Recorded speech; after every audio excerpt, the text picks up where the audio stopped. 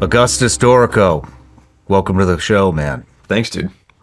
So, weather manipulation is on everybody's mind right now, and you make it rain, so thought this would be a fascinating interview to be able to talk to somebody that knows actually what the hell's going on, hopefully. So, welcome. Yes, thank you. Something or other about it, right? I think about weather mod most minutes of most hours of most days, awake or not.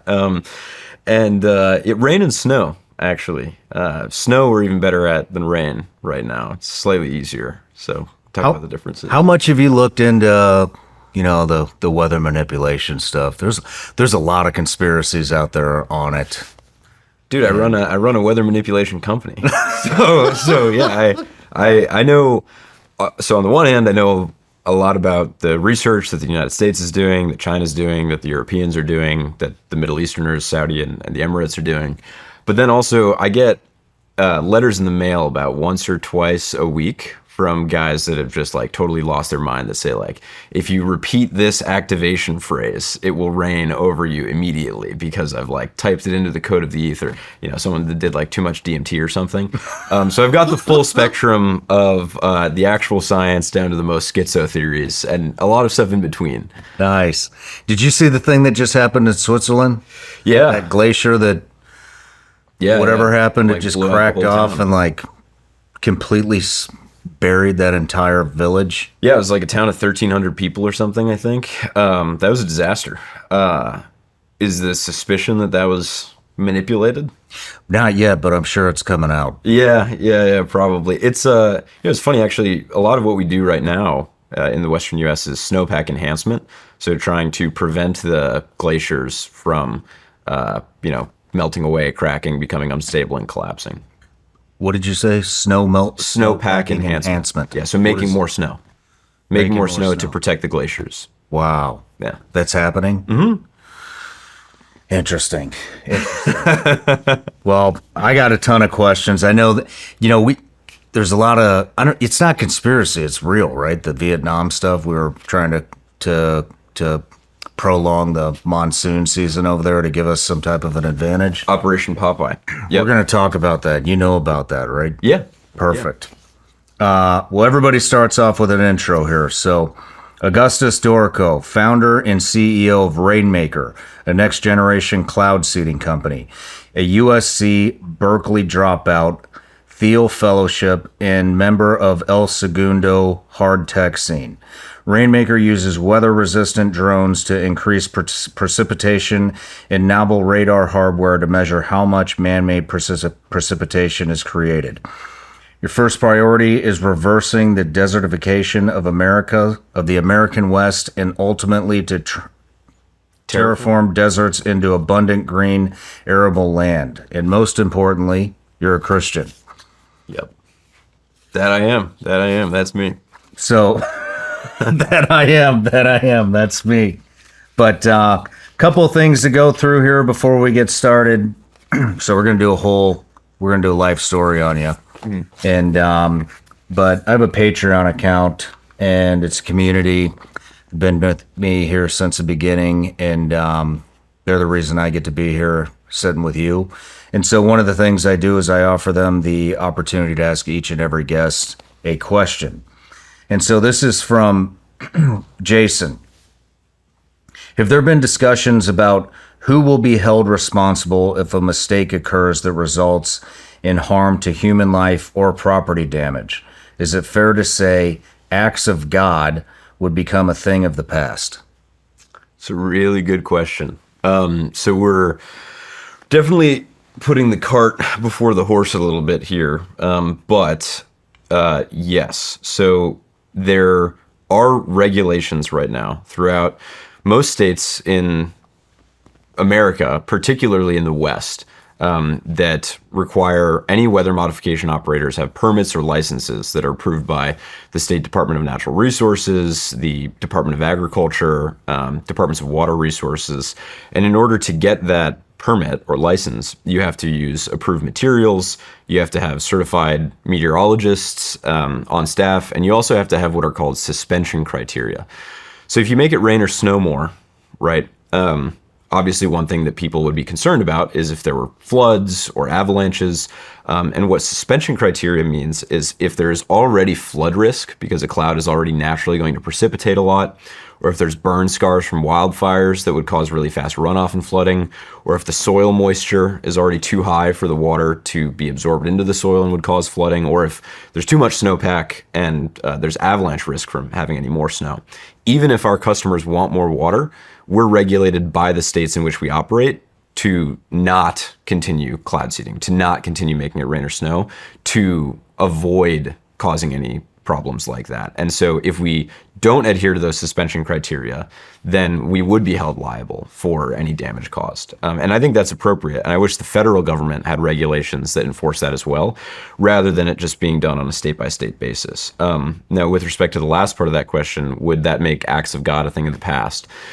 You can't totally manipulate or modify the weather the way that you could the air conditioning in your house at this point in time. It's a super complicated, super energetic system. We'll trend towards more and more of that as time goes on. So right now, if you were to cause flooding, that wouldn't be considered an act of God. You would have caused it. As time goes on, my hope is that we live in a world that is more green and lush and abundant and symbiotically flourishing between creation and the environment and mankind, so that, you know, we've engineered weather-related disasters away entirely. I'm just curious. I mean, how much do states actually know about this stuff? It's popped up. It's relatively new on the radar in a lot of people's minds. And so, is this like when Zuckerberg's in front of, you know, having a congressional hearing and he's talking to 80-year-old people that probably can't even open their email and they they want to know how he's regulating Facebook? Or do these people actually know what the hell they're doing? Yeah. It seems to me like you would be light years ahead of them.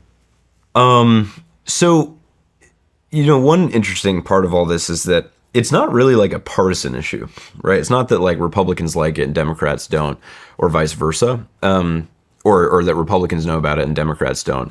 It's really everything west of the Mississippi. Mm-hmm. People have some knowledge of this because those are the driest states in the union. They've been cloud seeding for the longest amount of time, or they've experimented with it the most because they need the water most desperately. You know, so Colorado and California, Texas and Idaho, they all have weather modification programs that the state funds. How long have they had those programs? So cloud seeding was invented in the United States. It's an American technology that was done for the first time in New York in 1946. So the very first effective weather modification operations were done in the 40s, after World War II. Then there have been a series of programs that have popped up either domestically or abroad in the decades in between. But we've never actually been able to prove that it works until 2017. What changed in 2017 was this. So to give you the overview of what cloud seeding is, about 93% of all of the liquid and ice water that traverses the lower atmosphere over the US, so the water in the clouds, right?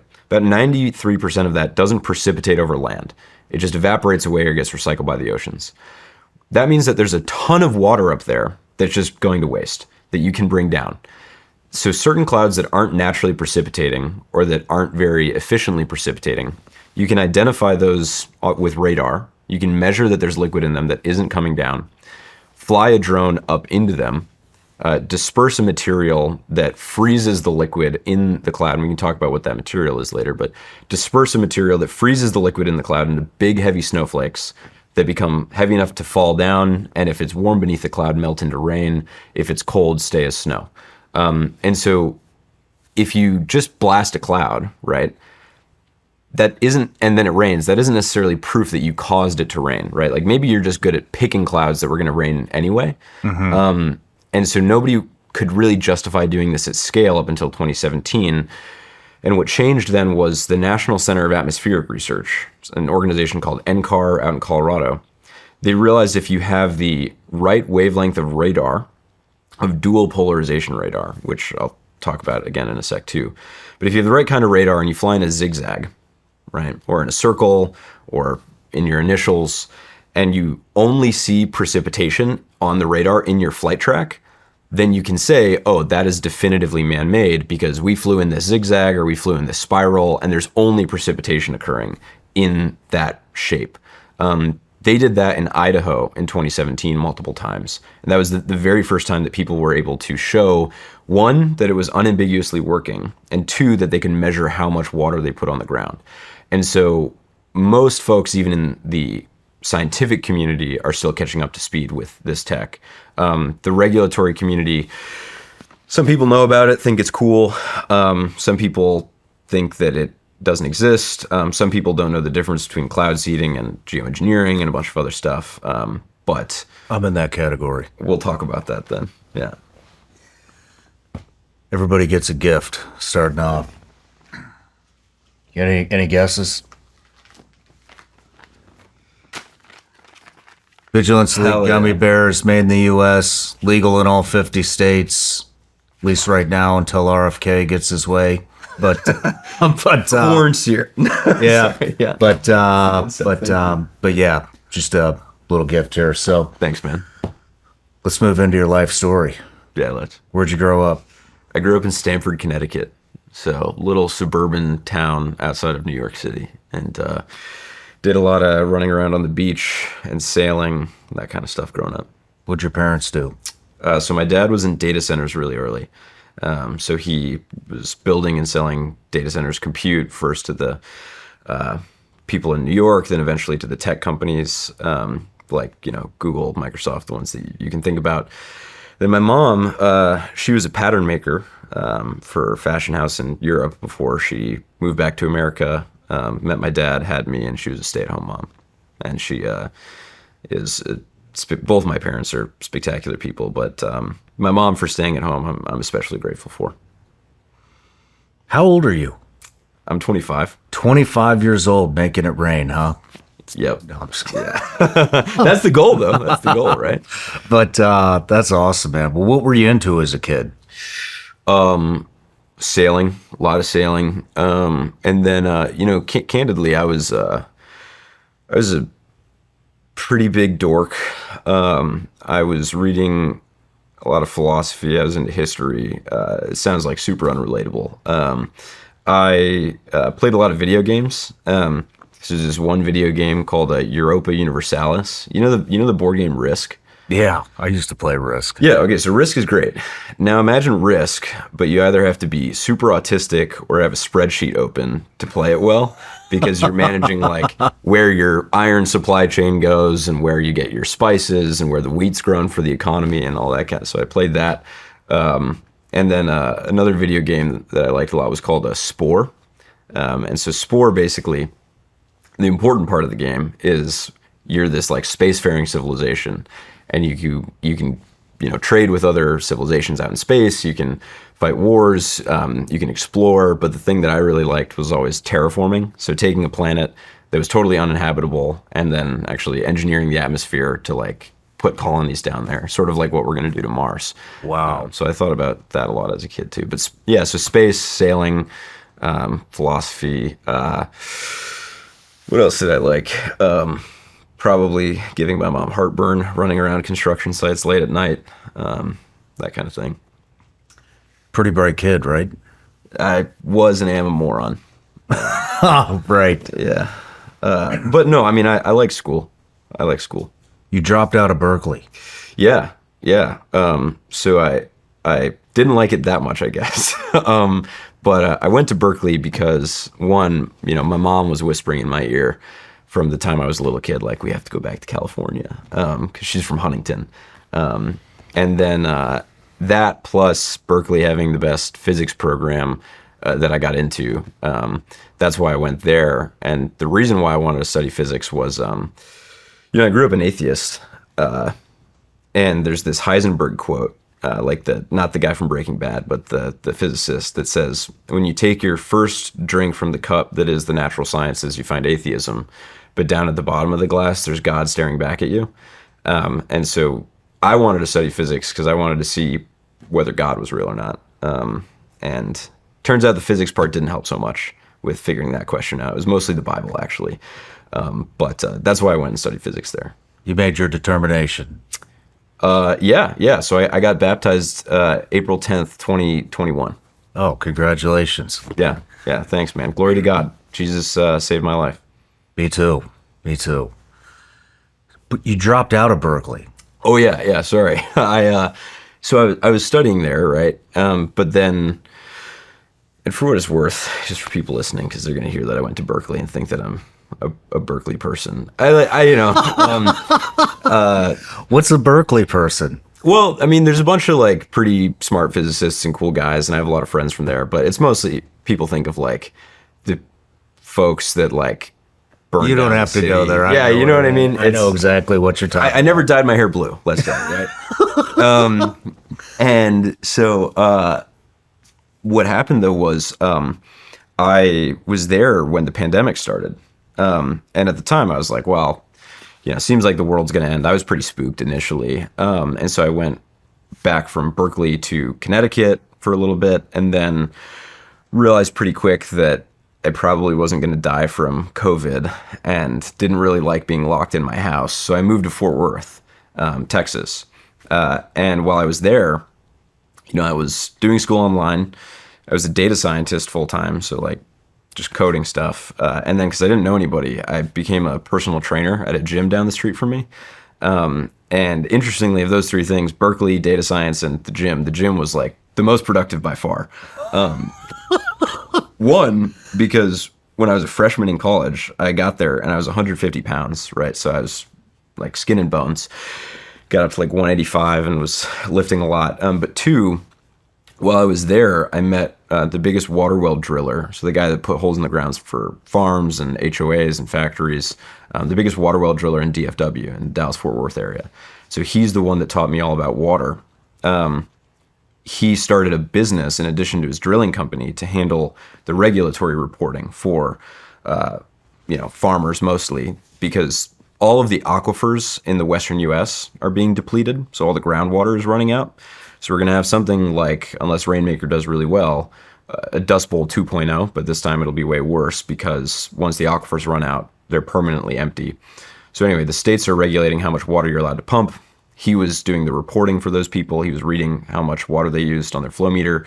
And we co-founded a company that automated the regulatory compliance for farmers. So IoT flow meter, some software that I wrote, it was like TurboTax for groundwater users, made their life a little bit easier.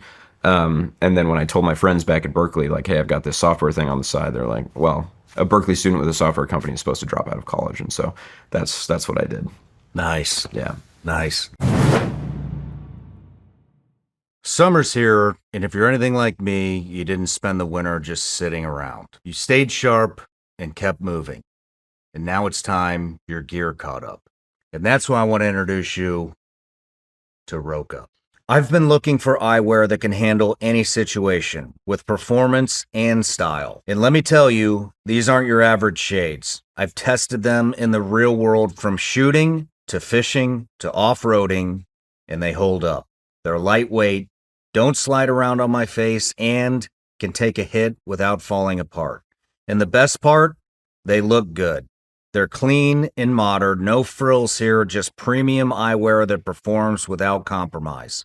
That's something that I respect, and that's also why every time I head out the door, I reach for my Roka shades. Roka's based in Austin, Texas, American designed, no cut corners. The optics are crystal clear, cut through glare, and the fit stays comfortable all day long. Need a prescription? They've got you covered with both sunglasses and eyeglasses. Not only does Roka have awesome shades, they also have these that protect you against blue light. I wear these every night when I'm winding down for the day, and I still got to look at my phone or my laptop or my iPad. It just helps you wind down and get ready for bed.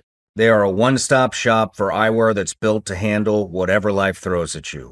Roka is the real deal. Ready to upgrade your eyewear? Check them out for yourself at roka.com and use code SRS for 20% off site-wide at checkout. That's ROKA.com.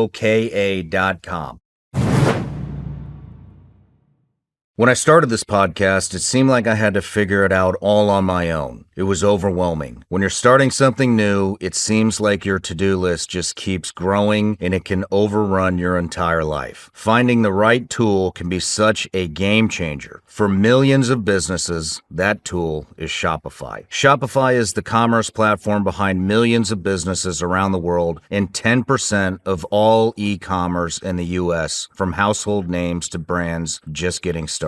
I use Shopify to power my own business so I can keep bringing you Vigilance Elite gummy bears. With hundreds of ready-to-use templates, Shopify helps you build online and is packed with helpful AI tools to accelerate your content creation. And, like a marketing team, Shopify can create email and social media campaigns wherever your customers are. Shopify is your commerce expert with world-class expertise in everything from managing inventory to international shipping and beyond. If you're ready to sell, you're ready for Shopify. Turn your big business idea into with Shopify on your side. Sign up for your 1 month, $1 per month trial period and start selling today at shopify.com/SRS. Go to shopify.com/SRS. Shopify.com/SRS.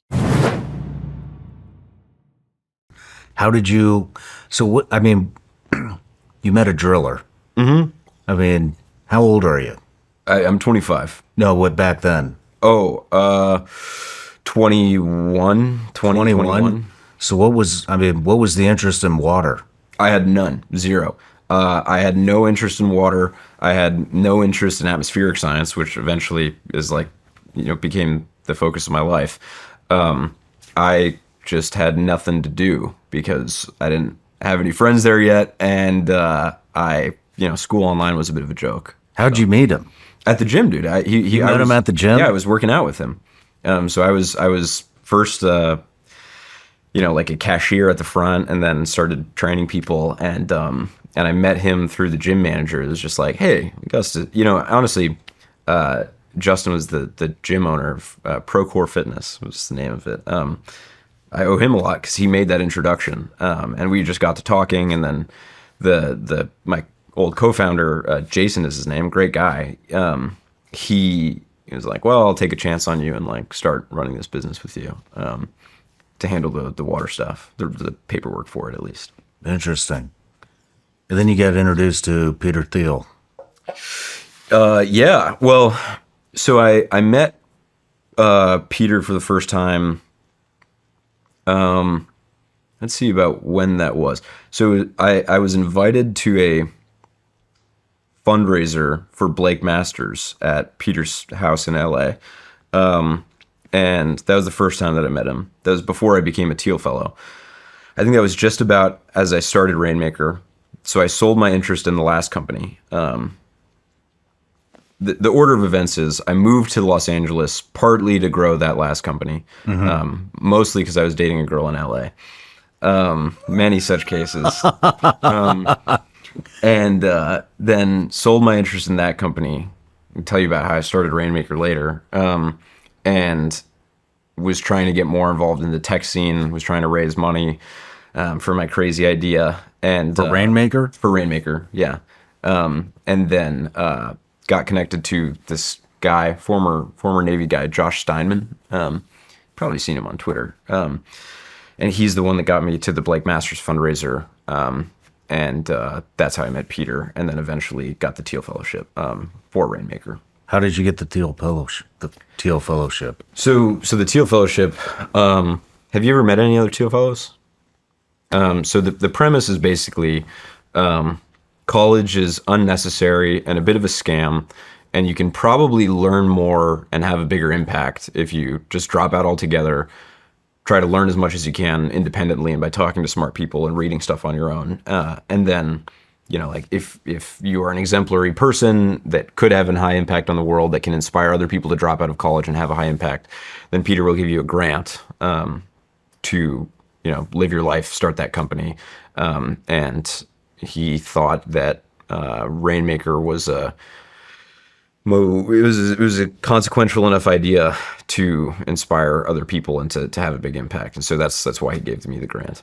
Interesting. So I mean, how does he make the determination? How does he meet fellows and It's a lot of crazy guys. It's a lot Is of, a lot of, yeah. I mean, is it a competition or do you just get Yeah. in front of him and if he likes what you're doing and no. So there's 20 that are selected every year, and there's probably tens of thousands of applications. wow. And it's some mix of having. You ever read the book The Right Stuff? No. It's by Tom Wolfe. It's about the initial test pilots that became the first astronauts on the Gemini and Apollo missions. I think it's something to do with like having the right stuff, having proven that you can, proving that you're capable enough to like start and run a company. And then, he's a bit of an inscrutable man. So whatever other factors go into that decision, I'm not sure. But he seemed to like this one enough. What was your pitch? We're going to turn all the deserts green. We're going to end water scarcity and make Earth more habitable and green and lush and abundant than it ever has been before. Backtracking a little bit, I forgot something. Weren't you developing something for the International Space Station or what were you doing there? Yeah, so I was in high school. I mentioned that I was really into space. In high school. Yeah. So I didn't build anything crazy. Well, I didn't build any. Anyway, long story short, there's something called the Student Spaceflight Experiment Program, where a bunch of high schools and universities compete to design experiments that'll be conducted on the ISS. And my team and I in high school designed this experiment to study essentially just cell replication in space to see if there was any difference between how organisms grow. And so we won that competition and then got our experiment launched on a Falcon 9 rocket up to the ISS, and the astronauts there conducted it. Are you serious? Yeah. In high school you did that? Yeah. Me and a team of other guys, but yeah. What does that feel like? That was the most inspired and proud I had been in my life up until that point. And I would say roughly in order, something like getting to know Jesus Christ, having made precipitation, and getting to send something to the ISS were like biggest life accomplishments probably. That's pretty amazing. At age 25, that's crazy. Did you follow that experiment? Yeah, unfortunately, we broke one of the test tubes. So in one of the experiments, there was a bunch of glass in it, which was bad for the cell replication. But yeah, man, the other results were, and other people have studied this, that things grow very differently in space. One, because of radiation. Two, because gravity and the electromagnetic field of the Earth has a very poorly understood impact on how organisms evolve. So like there's this company right down the road from me in El Segundo called Varda, and they launch small orbital factories into space because if you don't have any gravity, you can synthesize all kinds of different materials that are too sensitive, essentially, to be made within Earth's gravity. And so they're doing all types of new drug discovery. They're making much more efficient conductors. We should be making a lot more stuff in space, just because of how much cleaner it is, how much more efficient it is. And I think that we'll see some really incredible stuff in the next 10, 20 years because of it. What do you think we should be making in space?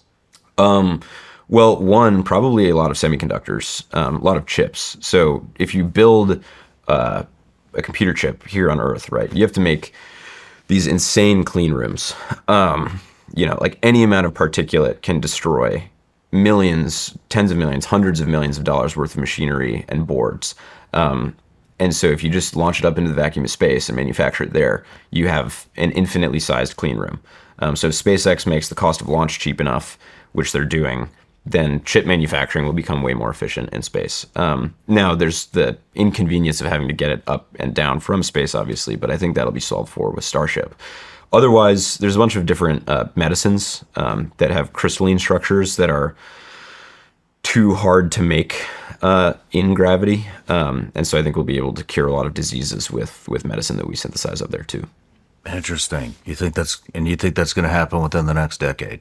Yeah, 100%. I mean, Varda, that's the name of the company that's doing the in-space manufacturing. They've launched 3 capsules already, and their launch cadence is just increasing. So that'll definitely happen in the next decade. Interesting. Delian, actually. Delian is the name of the founder of that company. He's a Thiel Fellow as well. Man, I got to get a hold of them. That sounds interesting. All right, let's move into. I know you know about the weather manipulation stuff in Vietnam, and so, like I said, there's just so many conspiracies about weather manipulation. Was the Hawaii wildfires? Was that part of? Did that play anything into that? There's the Hurricane Helene in North Carolina. Did that play anything into that? And Milton in Florida. yeah, all these things. And so let's just start in Vietnam and what we were doing there. Yeah, so I mentioned off the jump, the first time that anybody successfully intentionally modified the weather was in 1946 in Western New York. It was this guy, Irving Langmuir, Bernard Vonnegut, and Vincent Schaefer. They were the scientists that did it. They made it snow over the Appalachians. Then, by the time that Vietnam came around, Why were they doing this? Do you have any idea? because you ever heard the expression "dudes rock"? It's just like guys are pretty cool. Back in the 40s, we were experimenting with a lot of cool stuff: nuclear energy, weather modification, rocketry. Basically, people just believed in the future. They wanted to see a new world, right? And not like a brave new world, like a better, more American, more free, more productive, abundant one. And so if you can modify the weather, then you can make more water for people. You can prevent flooding. You can prevent blizzards, that sort of stuff. Or at least in theory, when it becomes mature enough. What the idea was in Operation Popeye, which is what we did in Vietnam, was to extend the monsoon season, cause more precipitation over the Ho Chi Minh Trail to impede the logistics of the Viet Cong, right? So everybody knows about how we were secretly bombing Cambodia. That was a big no-no. Not as many people know about Popeye. The problem with Popeye was we did not have much in the way of satellites at the time, and we also didn't have much radar. So if you look at the reports of troops on the ground and meteorologists on the ground, they say that they were able to extend the monsoon season. But we have very, very little data to prove that, right? Like I said, it wasn't until 2017 that we really unambiguously proved that this was possible. But just for additional context for folks, the 54th Weather Reconnaissance Squadron in the Air Force, their motto was "Make mud, not war." Because the idea was if you could flood out these supply chains, then you could prevent people, the Viet Cong, from getting to the lines and actually shooting bullets at people instead. So the idea was to drop rain. Interesting. Yeah. You know what's... I mean, I think a lot of these... Nobody trusts the government, and was it... I have it in my notes here. I think we went for three or 4 years of denials from the Secretary of Defense saying that we did any weather modification in Vietnam, and then a reporter actually uncovered it, and then we were like, oh yeah, we did do that. So, I mean, it would probably be better if they just said no comment rather than Than lying. Yeah, we didn't do it. I mean, I get, we need to keep certain things classified, but it just creates this distrust in the government. And then now you have all these people that think we did, Well, yeah, I mean, Carolina. I don't blame people for not trusting the government, right? They haven't had a great track record in the last 5 years or so, right? But I don't trust them. Yeah. Do you trust them? No. Some people in the government I do, but writ large, not so much, right? So, like, one of the things that Rainmaker advocates for that doesn't exist right now is like more intense regulatory scrutiny from the federal government into weather modification, right? Like, technically, there's two big pieces of regulation on weather modification right now. There's all the state level stuff. So, like, state departments of natural resources will have your permitting and licensing, but then the federal government, you're required to tell NOAA. You're required to notify them if you intend to do weather modification, and you're required to report on the results of it. But it's super open-ended. and NOAA doesn't really want to touch it because most of the time they just get calls from people that say like, are you poisoning me? And like the answer is no, probably not. But they don't really like it, and there's not much regulation at the federal level, which isn't good. Like there should be more stringent reporting requirements so that people can have transparent understanding of the results. The other thing is, this is a consequence of Operation Popeye. There's something called NMOD, which is this treaty from 1972, I think, that in the international community, so how real international law is, I don't know, up to you, but it technically bans the weaponization of weather modification. So it is, at least on the books, totally illegal to weaponize this tech. Who else is involved in weather modification? I mean, we saw UAE flooded their, was it Dubai? They flooded out. I think China's involved in it. Who else is involved in this? So the lay of the land is this, right? So first, with respect to the UAE, they do have a big weather modification program. They do want to make more water to turn their desert green, right? Because it's this arid wasteland. The system that you're referring to in April of 2024, I think, that flooded the city, that was going to flood Dubai naturally, whether they cloud seeded or not. Like we know that because it had already rained in Saudi, it had already rained in Qatar, the system went on and precipitated in Iran, and it caused flooding everywhere. And none of those cities have any drainage infrastructure because they didn't build the cities for that because they didn't expect rain, or expected very rare rain. The soil also, it's just sand, so it can't retain much water. So whether the Emirates cloud seeded or not, it was going to flood the city anyway. So that's worth pointing out from the jump. Now, with respect to who's doing this globally, it is really Rainmaker Technology Corporation, us. We're trying to take the best-in-class research from American researchers and European researchers. We're trying to operationalize all the stuff that they've been studying for the last decade. Then there is the Chinese Meteorological Administration. The Chinese Meteorological Administration has a $300 million annual budget for this. They have 38,000 employees. There are 2 universities in China that offer bachelor's degrees in weather engineering, not in meteorology, not in atmospheric science, not like predicting and forecasting the weather, specifically in engineering the weather. They have a weather modification program in every province in China. They are retrofitting their highest grade military drones to conduct weather modification operations. More than double-digit percentages of the water in the Three Gorges Dam, biggest dam in China, they attribute to precipitation enhancement operations. Inner Mongolia, right, the border with Mongolia and China, they're actively turning green by making it rain more there and planting trees. No kidding. Yeah, and they're doing initial experiments on flood mitigation all over Canton as well. So they're the most sophisticated by far. And more still than that, they're collaborating with other governments around the world to export their technology and have control over the weather there. So like the Thai government has, this is actually a pretty cool thing. They have what's called a Royal Rainmaking Department because they have a king, right? I don't know. It's a cool name for an organization in the government.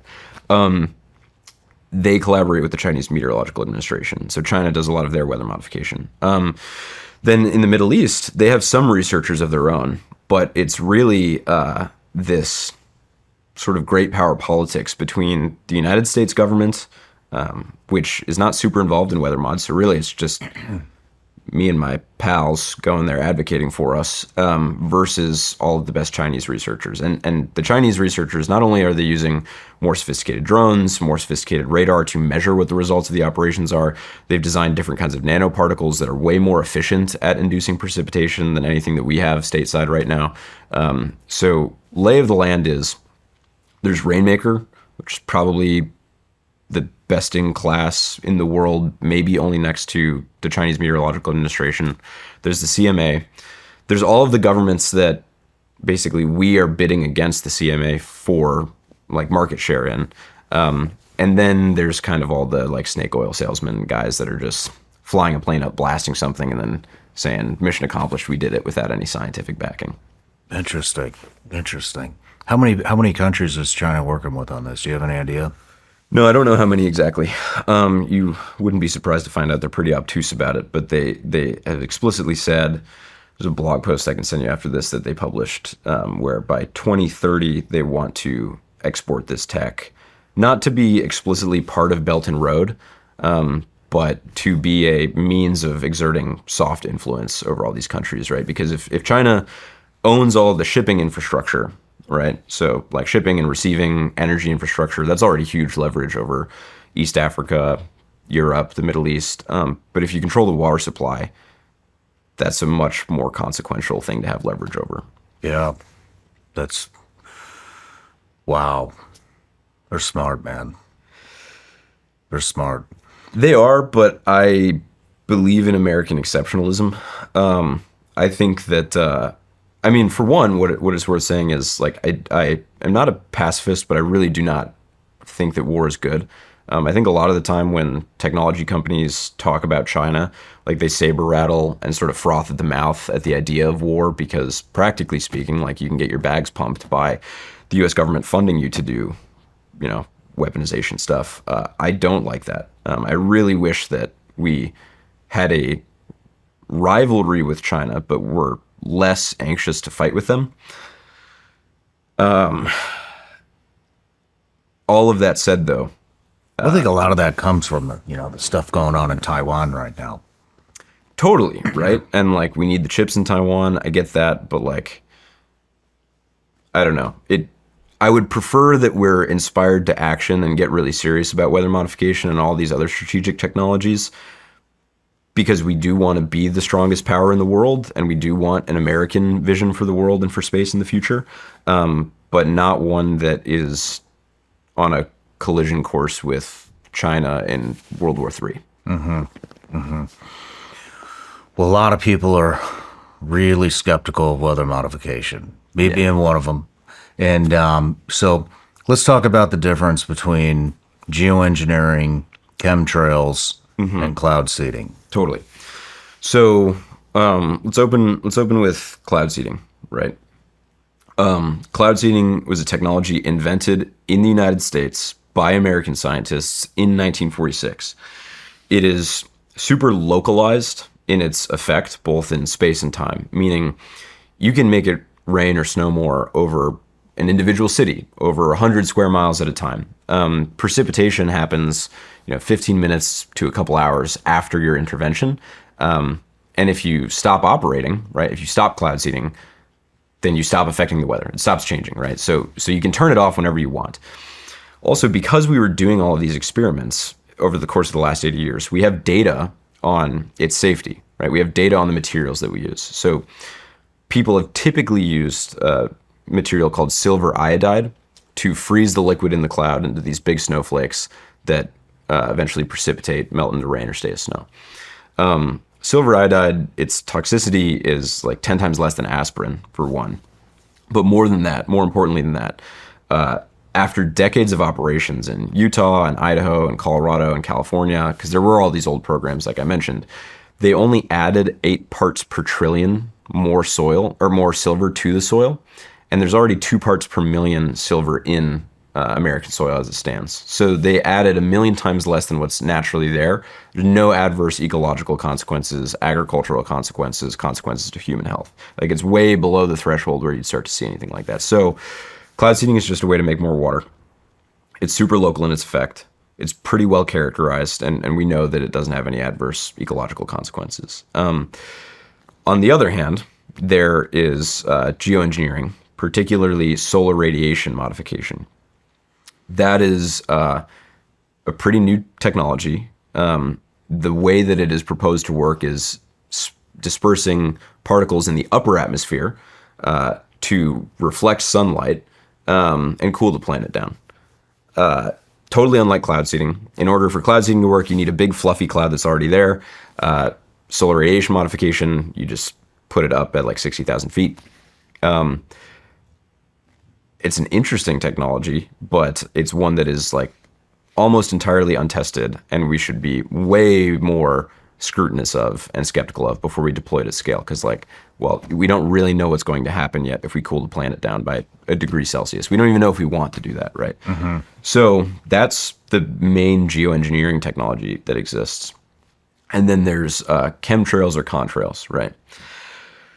So that's the streaky things in the sky that people see behind airplanes. The first and most important thing to say is if you see those long streaks in the sky, that's not cloud seeding. Whether it's contrails or chemtrails or anything else, it is not cloud seeding. For cloud seeding to work, you have to have a big fluffy cloud with natural water.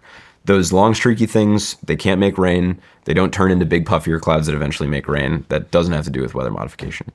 There are such a thing as contrails, right? So the turbulence from planes and the vapor from the jet engines will freeze behind the plane, and that'll turn into condensation. What people have suggested to be chemtrails are like the nefarious addition of either some sort of neurotoxin or goodness knows what to those contrails to poison people. I have not yet seen enough compelling evidence to believe that that's happening. Have you seen any evidence? Here's what is the most compelling point of information that I'm not like totally over the line on. There are different additives in jet fuel for efficiency. There's different residues or impurities in jet fuel that can end up in condensation that probably wouldn't be healthy to eat hand over fist, but is probably way too diffuse to cause any sort of serious toxicity. So like really no. And I say that as a guy that like would want to know about it and talks to people about it all the time. Solar radiation modification, yes, people are doing that. There is a ton of evidence for that. Like we know lots of people that are doing that. But chemtrails themselves, like I guess a question for you would be, if that was happening, who would be doing it and why would they be doing it? Yeah, I think about that all the time. I have no idea, but I do look out and I see it all, and I'm like, well, that probably is not good. but that's about the extent of it. I don't know why they would be doing it, but I don't know why they do a lot of things. Well, okay, fair enough, right? One interesting thing about condensation trails, because we do know what those are, is they actually do have an effect on the weather to some extent. In that, like, you're essentially making this blanket, right, in the atmosphere around like 30,000 feet. And so if you create a condensation trail in the morning, then you are de facto blocking some of the sunlight from getting down to the earth and warming the planet up. So you can sort of locally cool things down if you create a condensation trail at night. And on the flip side, if you create condensation trails at the end of the day, like right before sunset, the blanket sort of acts as an insulator. So it keeps more of the infrared in. So it keeps things warmer locally beneath where they are if you make a lot of them. So like maybe there's some reason to do that. But, like I love the idea of getting microplastics out of the water and having, about how like birth control's in all water now? I didn't know that. Yeah. So What? Yeah, there's a bunch of stuff that's poisoning us that we should be like really concerned about right now. So There's birth control in the water. yeah. So right now, lots of women use hormonal birth control, right? And then we recycle a lot of that water. We don't actively filter out for the hormones that are in it. And so when that gets recycled, it gets put back in the water supply, and then dudes end up drinking it too. So one, Alex Jones was right about the atrazine and what it does to frogs. Two, there's a bunch of other stuff that's probably androgenizing us that's not good. So like, are there a lot of toxins in our environment? Yeah, totally. I would prefer that we focus like making America healthy again on getting rid of those things that we do know exist rather than like speculating about the World Economic Forum like spraying mind control viruses over us or something. If nothing nefarious is going on with the chem and contrails, why do you think all these states are making it illegal. I mean, I know Tennessee just did it, I think maybe a year or 2 years ago. Year ago, yeah. Yeah. So Tennessee did it a year ago. Florida did it just this year. It's actually a Class 2 felony in Florida now. So I would go to prison for 5 years if I conducted business in Tennessee, in Florida. The reason, I think the reason why they're doing it is, well, first of all, the Western states aren't doing this. They're not doing it because they're so desperate for water that they're seriously willing to hear out the case for cloud seeding, right? Like Montana proposed legislation to ban all weather modification and geoengineering. They still banned geoengineering, but they carved out cloud seeding because they know it'll be good for their cattle and for their farms and for their municipal water supplies and for their aquifers. Texas did the same thing. The eastern states, you know, most people think of them as pretty wet, like you don't need a ton of water, but actually Florida sometimes doesn't have enough. Like 30,000 acres of Miami-Dade County burnt down in April from wildfire because there was a drought. The cattlemen and the orange orchards don't have enough water there either. So like sometimes actually even in the wetter states, they do need it, but they don't feel the pain as acutely of water scarcity as the West. So it is basically people rightfully not trusting the government and thinking that something fishy is going on. Nobody knowing what cloud seeding is or the difference between cloud seeding chemtrails and solar radiation modification and thinking, holy smokes, any of this would be really consequential. We should just ban it so that nothing goes wrong, and sort of take like the brute force blunt approach to it and not reaping any of the rewards of what cloud seeding could offer. And then, you know, RFK said that like chemtrails should be a crime for which people should be arrested. So he definitely catalyzed a lot of that too. And also like last thing, I think Rainmaker made enough of a splash in like 2023, 2024 to confirm to people that weather modification was real and it was measurable and we know it's happening. So we put enough information out there to tell people it was happening and probably actually scare them because we didn't give them enough context and reiterate the point enough. And so that's the origin of these bans, I think. And then Dubai flooding was a horrible look as well. How many states have banned it? So 31 states proposed legislation to ban 31 states. Yeah. Me and my team have been to most of them. The only states that have banned it are Tennessee and Florida. And I mean, you think about it this way, right? Like, I was listening to another one of your podcasts with the retired two-star, the guy that runs the space manufacturing company. Steve Quast. Yeah, Steve Quast. See, I was going to bring, I don't want to cut you off. Go ahead. Well, no, please. I was going to bring that up because in his interview, I don't remember the chemical or whatever it is that they're using to, he was talking about how Elon Musk wanted to use this thing where basically he put some type of a additive in a sponge-like substance and you run fans on it and it produces all this water. And that Elon wanted to use it to cool his rocket pads down there and got denied because Texas was like, we don't know how to tax you on this. Yeah. So then he had to use all of the regular water, which seemed like a huge misstep on Texas for not allowing him to do that and sucking up all that water in a dry state. But yeah, that's where I was going with that. Yeah. Well, I mean, that's exactly the point that I was bringing up too, right? Like, China and other countries around the world, the United States back in the 60s was like this. Like, they are investing in things and they are permitting things and they are regulating things smartly that like make more abundance, that make more energy, that make more water, that make everybody's lives better. The United States, for whatever reason, just like bans and regulates stuff out of existence that makes, one, all of our lives worse and us as a country less competitive.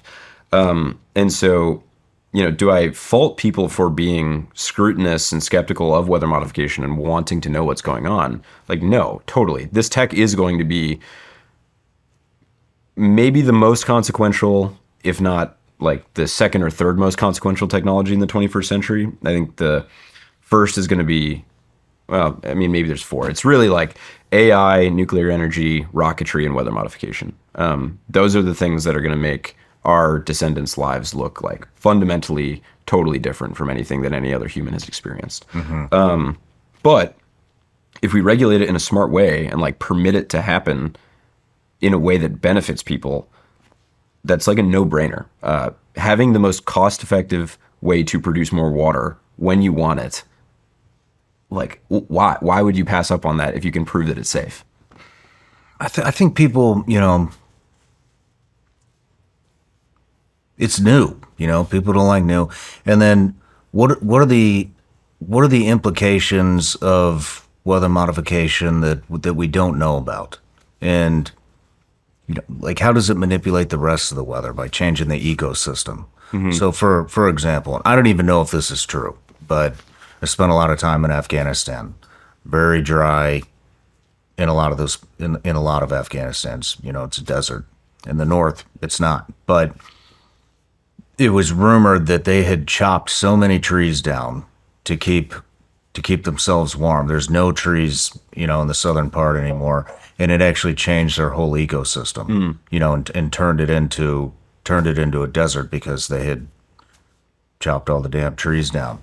And so, I think people are really concerned as, what are the effects that we don't know about and we will not know until this comes to fruition and everybody's cloud seeding.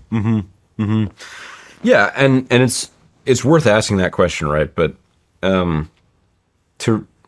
we have 80 years of data on its safety and on its efficacy.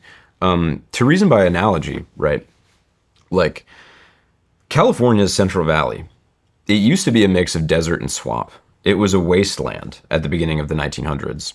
And because we built new infrastructure, had new technologies for pumping water and desalinating water, we turned that into the most productive agricultural region in the United States. It feeds tens of millions, if not hundreds of millions of people around the world and produces 40% of all of our fruit. We changed that ecosystem and it was way better for everybody else.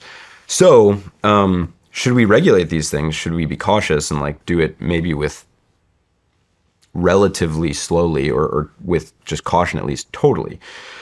But every day that goes by that people don't have enough water, I view it to some extent as guilt on me for not having made enough water to feed more people, to make everyone's lives better. And that weighs on me a lot. So, should we be scrutinous? Yes. To your point as well, you said what if you totally change the ecosystem? Could something bad happen? I was talking to, was it Will earlier in here? For the Wyatt. One thing to think about that is actually sort of a fun thought experiment is greening the Sahara, right? Sahara Desert, huge wasteland. If you turn the Sahara Desert green, that actually would not be very good because the dust from the Sahara that goes over the ocean, over the Amazon, results in a lot of the cloud condensation and then precipitation. So if you turn all that green and the dust stops getting kicked up, you might actually reduce the precipitation over the Amazon. So when Rainmaker gets to the scale in a decade or so of actively terraforming the planet, making it more lush and green and symbiotic than it ever has been before, we're going to have questions that we have to answer about what the consequences will be globally. But I think that humans are pretty good at engineering solutions and building new technology and building new systems to make the world better. I guess the counter with that to that would be, I guess you would just cloud seed more over the Amazon, right? Bingo. Yeah, exactly. But, is there any talk of how this would, maybe intensify hurricanes or tornadoes or any other, natural disasters that may not be natural disasters anymore? Have you heard of Project Storm Fury? No. So, about the same time period as Popeye, the U.S. Air Force, in collaboration with the U.S. Weather Bureau, which eventually became NOAA and the National Weather Service, they were flying into the Atlantic Ocean to seed hurricanes to try to prevent the amount of damage or mitigate the amount of damage that they did before they broke against the eastern seaboard. And so the idea was, one, precipitate water out of the storm so that there's less flooding that occurs from it before it reaches land. And then two, if you freeze the liquid in the cloud, that releases a little bit of heat. Freezing is exothermic. And so if you seed the storm and it releases heat, you have the same amount of energy, but you expand the storm, like the heat advects it out. And so the wind speeds will be less on the exterior as well. So you get less damage from flooding, less damage from severe winds. We tried doing that. The problem then, though, was we didn't have anything in the way of satellites. We had no radar over the oceans. And so we couldn't even measure what the results were, really. So we gave it a go. Nobody really knows whether it was effective or not. But I think that the thing to consider is like, Rainmaker right now is just making more water for like farms, utilities, right? That's our bag. That is what people immediately need. We can do it at small scales. It is worthwhile, and people really want that. We operate all over the Western U.S. Someday, like, I don't think drought is the only thing that we should solve. If you could engineer away severe weather, flooding, if you could mitigate hurricanes, if you could mitigate hail, you'd have to do a lot of experiments to prove it was safe first. But why would we let the eastern seaboard of the United States keep getting blasted with hurricanes if we could build a solution for it? Makes sense. And then, going back, to what if this does intensify hurricanes or, take the rain away from the Amazon and create a drought. I mean, once it's happened, I guess what I'm saying is how many people would pay the price, by making the Sahara green, takes the dust down, eliminates the rain in the Amazon. Then we got to figure something out immediately because it's going to affect all those people. No, we wouldn't, because it would take decades to make the Sahara green. You'd have to do that step by step, piece by piece. It'd be a very slow process, and with cloud seeding, you could turn it off whenever you want. So in that long process of trying to do large scale terraforming, you would be able to stop at any point if you didn't like what was happening from producing more water in one place versus the other. So I don't think we would have to have a solution at the drop of a hat. And also on the flip, even if we did, and I think that we don't, right? Because it would take so long to deploy this tech to cause these things. There is suffering now. There's $140 billion in damage done by hurricanes every year in the U.S. There's hundreds of billions of dollars in crop failures every year in the U.S. from lack of water.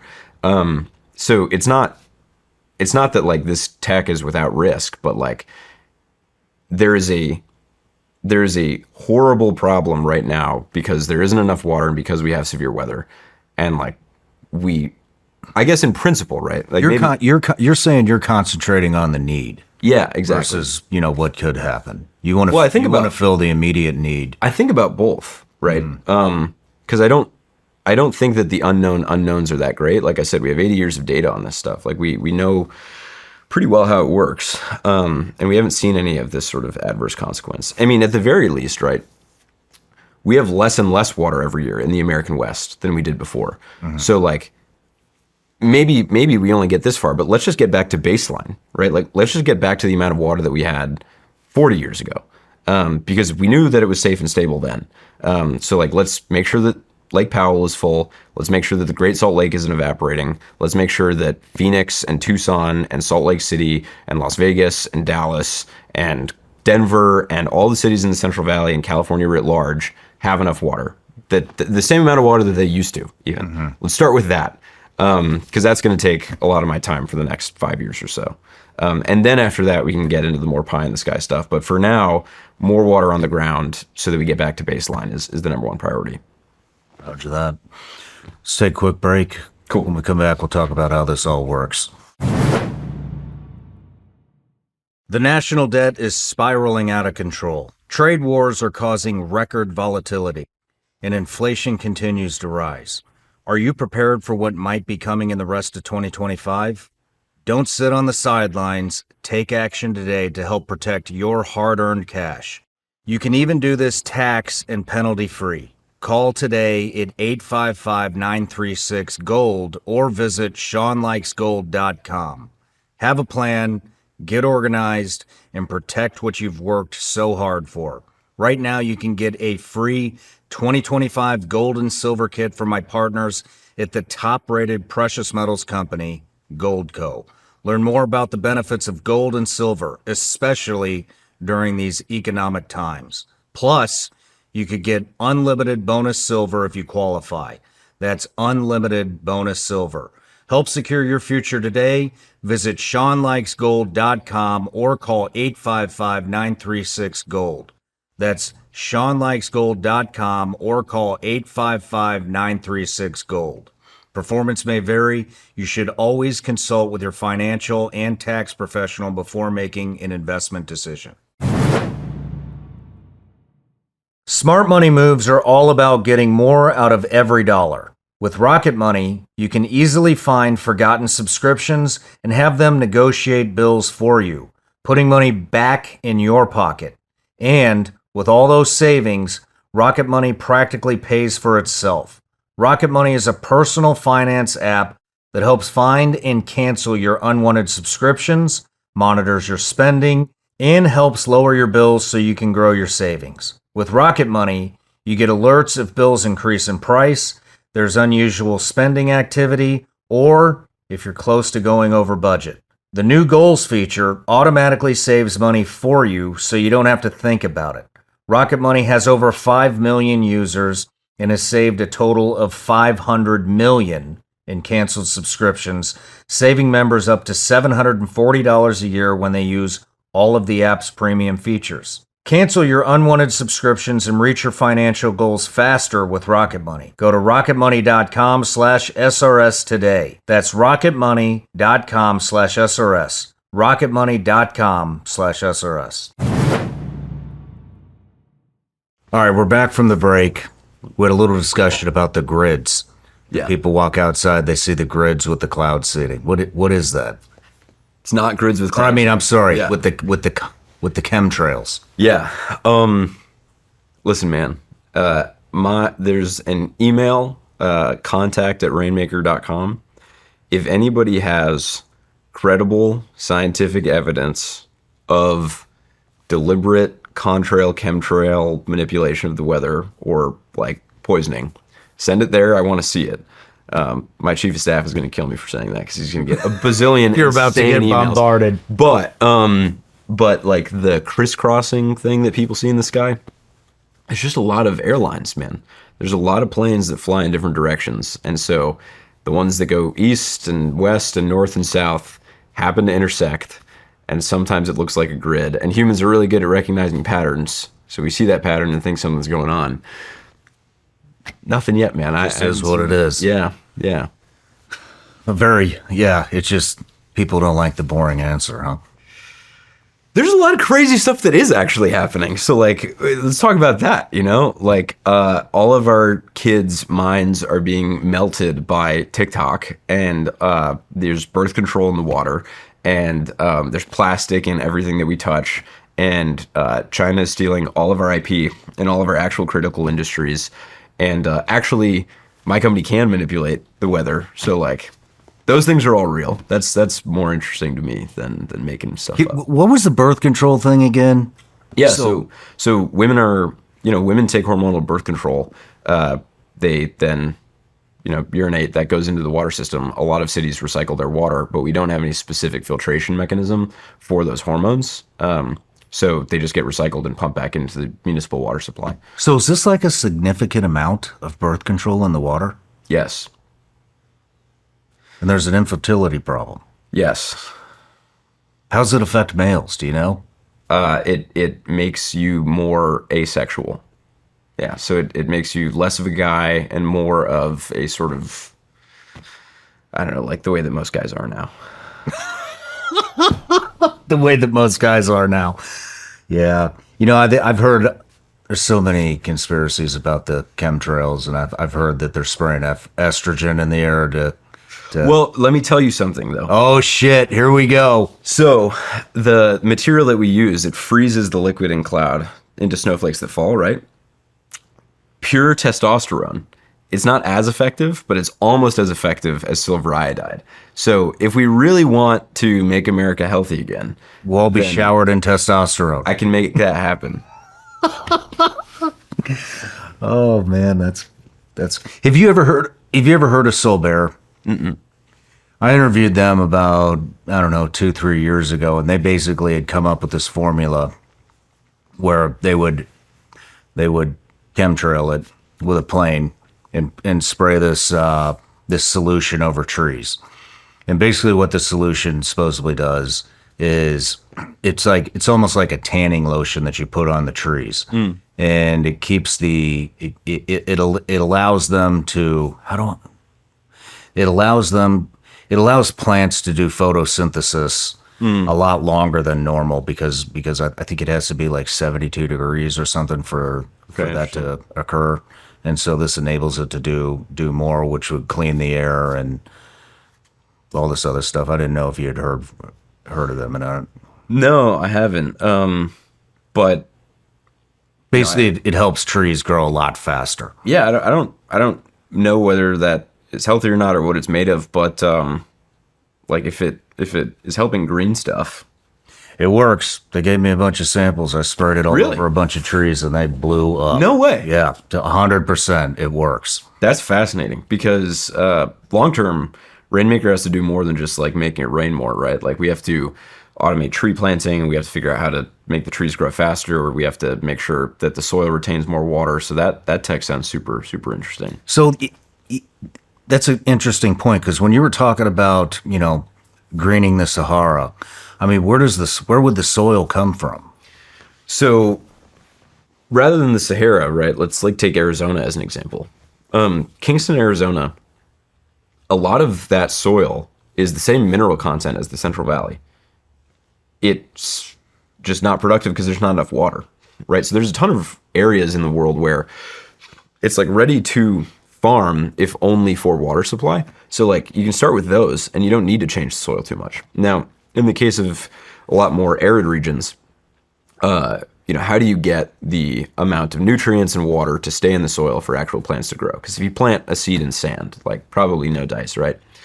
There's these things called hydrogels or biochar or just like manure that you can till into the soil to, one, put nutrients there, and two, allow the soil to retain more water. So if you just have an automated tractor or combine or something that grates the soil, mixes in, this water retaining material, then that instantly becomes much, much, much more arable. Interesting. Let's talk about how this all works. Okay. How does it work? You have water in clouds, right? I'll walk you through the form of the tech that we understand very well, and then a proposed alternative way. You have water in clouds. 80% of precipitation-ish that occurs on the planet happens because you have water in clouds, and then you have natural dust, or you have bacteria that gets kicked up from the soil, all natural stuff, that the water freezes onto, turns into big heavy snowflakes, and then falls, either stays as snow or melts into rain, right? Rainmaker and cloud seeding mimics this natural process where you have water in the clouds, but the droplets aren't big enough and heavy enough to naturally precipitate. If you put material in the cloud that has a crystal structure similar to ice, then the water will freeze onto it, grow into those big snowflakes, and fall. That's sort of like the high level, but the system that Rainmaker uses has a few other important components. So first of all, you have to be able to detect whether a cloud has enough liquid, because if the cloud is mostly ice, then you can't freeze much more. But we use radar to measure how much liquid is in the cloud. The way that we do that is one wave of the radar moves vertically, right? And then the other is oriented horizontally. So you get the amount of the beam that is reflected in both directions. And so if you have about an equal amount of the horizontal and vertical beam reflected, then you have a spherical target. So it's probably a water drop, right? If you get more of one versus the other, then it's probably more oblong and like a snowflake or like an ice crystal. So we can use the radar to measure where the liquid water is in the cloud. If we find that, then we'll launch our drones up into it. The drones that we've built are the only ones in NATO that are under 55 pounds that can survive in severe icing conditions. Because this is really cold water, right? So we have these resistors inlaid onto the vehicle that melt the ice off as it accretes onto the drone. So you find the water with the radar, you fly your drone up into these conditions, hope that it survives. You disperse the material. So we have this aerosol dispersion system that basically just emits individual particles that the water freezes onto. And then with the same radar you found the water with, you can now see it freezing, growing into bigger snowflakes, and then eventually bigger drops, and measure how much precipitates downwind. So you're essentially introducing some type of an agent that has weight to it, and that's pulling the water down. You're introducing an agent that the water freezes onto, and then it's just the weight of the water that pulls it down. So for every pound of this that you put up, you get in excess of 40 million pounds down on the ground. 40 million pounds of water. 40 million. Wow. Yeah. How many drones does it take to do this? Like 3. That's it? So what we do is we juggle them. So one drone will go up. Once that reaches altitude, the next drone will go up. The first drone, after dispersing its full payload, will come down, and you'll just cycle that as long as the conditions persist. So sometimes that means, you're out there for 2 hours. Our forward operations specialists, though, it's a lot of former vets, National Forest Service guys, oil roughnecks, people that are willing just to live out on a mountain for 9 months at a time. Speaking of which, apply to rainmaker.com/careers to become a forward operations specialist, because we need like 50 dudes in the next 3 months. But they can stay out there for like 4 days at a time, just taking shifts, operating day and night. Because you can have an atmospheric river that will last for days. How big of a how exact can you pick a location to have it rain on? So I cannot make it rain over the house of your enemies. We are not precise enough to target some individual person's house or something like that. We're not even precise enough to target an individual farm. So we're talking about 100 to 500 square miles at a time. In certain cases, up to like 1,000 square miles at a time. Sorry, go back. So the smallest would be the smallest would basically be like an average size city. Okay. An average size city, the watershed of a hydroelectric dam, something like that. So the smallest would be that sort of scale, like municipal sizes. Let's talk about the first time you did this. Yeah. Where you made it rain. Yep. Just walk me through that scenario. That experience. Well, I'll tell you, first of all, we failed way more times before we actually accomplished it. We crashed a lot of drones. We did not have the system to actually target liquids, so we were flying into clouds that were just ice, so we couldn't affect them at all. It was a pretty. Everybody that's on the Rainmaker team is pretty tough for having stuck out that period. It's sort of like, all startups think about how Elon blew up 3 rockets before he actually launched one into space. Like, we had a lot of drones crash before we actually were able to make it precipitate. And so we were up in northeastern Oregon in a town called Pendleton. It's where Pendleton wool is from, if you know it. It's a town of 16,000 people, 2,000 of which are in a prison. Most of the rest are farmers. So super, super small spot. We have a team of forecasters that saw that there was an atmospheric river coming in. The clouds were about 2 kilometers thick, almost all liquid. We were able to, finally get the radar system functional enough to measure that water, and then launch weather balloons to take in-cloud measurements of the water there. And then we were just flying drones for hours. and hours. And we didn't have the processing capability live yet to take live measurements. So we were just out there operating, flying drones for a few hours. And then we pack up, go back to the warehouse that we were all living out of, look at the radar data, and then saw from the time that we started operating about 15 minutes afterwards, this plume on the radar exclusively downwind. So this whole big cloud system wasn't precipitating, and only on the radar do you see downwind where our particle plume was, an increase in precipitation. Another thing that I guess this is an opportune time to share is there was a snow day at the local school district, 15 miles north of where we were, where the wind was going. So that was a pretty cool thing to have done for the kids there locally. It was yeah, that was back in December 12th of last year. Wow. So you just got it done within the last 6 months. 6 months. We Rainmaker has kind of been like this, and then that, just like rapid growth trajectory since we were able to do it. Have you been in your own rain? Snow. Yeah, our own snow. It's actually way easier to make snow than it is rain. Why is that? So you know how the material freezes the liquid in the cloud? Mm-hmm. That means that the cloud has to be cold enough for you to freeze it in the first place, which generally means that it's cold beneath the cloud too. Now, with respect to rain, we're operating in Utah, Colorado, Oregon, California, and Texas. It's all rain in Texas, so we've been in our own rain there. Out in West Texas and the Trans-Pecos, the Panhandle. That's been pretty cool. Yeah, that's got to be pretty. It's got to be a weird feeling, knowing that that's your rain. Like I said, that's the second most important thing that I've ever done in my life. What is the agent? Yeah, so silver iodide. That is what has been used in one form or another for the last 60 years. Its crystal structure is almost identical to ice. So that plus a couple other material properties make the water freeze onto it very well.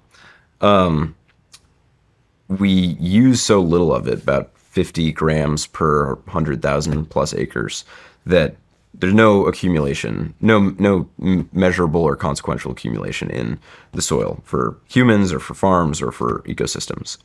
All that being said, though, well, actually, the first point is most cloud seeding operations in the past have used flares. So they'll burn a flare that aerosolizes the silver iodide. But in the flare, there's a bunch of other junk materials, right? People get concerned about aluminum or stuff like that in the flares. So we don't use that because we don't want any additional additives beyond what is explicitly and exclusively for rainmaking. So our aerosol dispersion system just uses silver iodide. Something that we're working on right now is totally organic material found in American soil that is biodegradable, that is more effective and actually costs less per gram than silver iodide. We have a bunch of lab testing to do before we roll that out to the field, and then we need to do all of the regulatory permissions with the EPA and otherwise. But silver iodide is what we've used for the last 7 months. When do you think you'll introduce the other agent? January 2026. Coming up, another 6 months. Nice. Let's talk about, some of the benefits of this, other than the obvious. What are some of the other benefits that this could bring to the world? We'll start just with precipitation enhancement, making it rain and snow more, right? First of all, it's going to it already is preventing farms from running dry, right? So farms that need more water, we can produce more water for. All of the aquifers, I said at the very beginning of our discussion, in the American West are running out. And so once those aquifers run out, not only are they empty, which is bad because we can't pump more, but also because there's less pressure in the aquifer, the sediment will compress, and then you lose storage capacity permanently. So the longer there's not enough water in there, the less you can store in the future. So making it rain and snow more so that more water percolates into the aquifer, that is also super important so that we have storage capacity in the future. Hydroelectric, right? It's clean, stable baseload power. I think that eventually nuclear is going to be like the primary way that we produce energy. But while we're getting towards that, making sure that there's as much water flowing through our rivers as possible so that we have as much clean hydroelectric energy, that's a huge one. And then also data centers and manufacturing facilities and specifically chip plants that use a lot of water, like Google Cloud Compute uses 25% of all of the water in northeastern Oregon. Yeah. So in the northeastern quarter of the state, they use a quarter of all the water, and it's all farmland, right? So you would think that the farmers would use like 99%, but Google uses a ton. So if we want to keep using the internet, and if we want to invest in AI, then we need to produce more water as well. Is there a timeline on when these aquifers will be depleted? Somewhere between the 2040s and 2070s. So not long. No. And we're not reversing the trend right now. We're slowing it down, but it's still being drawn down.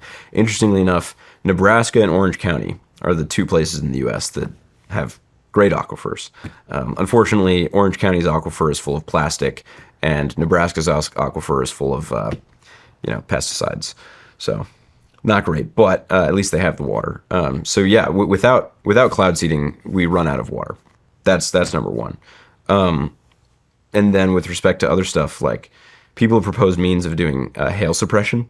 So targeting a storm before it dumps golf ball or baseball sized hail. If you can freeze the liquid in the cloud into really, really small snowflakes before they freeze onto bigger stones and grow into bigger stones, then you can reduce the amount of damage done by that as well. That's another huge application that I think about. Interesting. What about wildfires? This is a very, I live in Los Angeles. It's a very near and dear thing to my heart. When there is a wildfire raging, right, generally the heat from that will dry up the atmosphere above it. You very rarely get enough clouds over a wildfire to conduct cloud seeding, to make it rain directly over the fire. So can you actively stop a wildfire with this? Not in most cases, which is unfortunate. However, in the months preceding the LA fires, there were tons of clouds that could have precipitated, that didn't precipitate. And because they didn't rain, the ground became drier and drier and drier and created more fuel that fed those fires. And so for wildfire prevention, cloud seeding is absolutely something that you can do. And an interesting part about that is, desalination is one way to make water. Desalination, you can produce about a cubic meter of water for 40 cents. Cloud seeding, it's about 1/10 of a cent, so it's way, way cheaper. But if you're doing desal, you can't really use that water to do wildfire prevention because you would need a pipe to move it over every square inch of the land that you're trying to make wet. Well, with cloud seeding, you actually naturally distribute it over the entire area. So you can keep that soil moist, you can keep those plants green, and then reduce the risk of wildfire going forward. So I think that really it's going to be keeping farms alive, keeping industrial capacity alive, keeping southwestern cities from running out of water so that people have to move out of them, and then wildfire prevention as like the main cases for us. So the wildfire prevention would be it would be proactive. It wouldn't be a immediate response to it wouldn't be a course of action as an immediate response to a wildfire. Correct. How long would it take to? I would think it wouldn't take very long to prevent wildfires. Dude, you get precipitation like 15 to 45 minutes after you start seeding. 15 to 45 minutes? Yeah, it is super, super fast, provided you have the liquid in the cloud. But yeah, it's super straightforward. You can see the effect of it in real time. Do you have an idea of how much it's actually going to rain? Yeah. So what I'm getting at is preventing flooding and... it's funny when people say like they're making hurricanes or something, right? Because it's like, we can do like less than an inch of rain or snow right now, given the tech. And sometimes it's like less than a centimeter, right? So it is a lot of water over a large area taken in that context, especially if you keep operating for a long time. But like you cannot make it dump, or at least we don't know how to make it dump yet. Then you can also make some inference about like, well, depending on how much water is in the cloud, you can make some projections about how much it'll rain as well. And so if you do, it also sounds like you're prematurely getting a cloud to rain. And so if you enhance it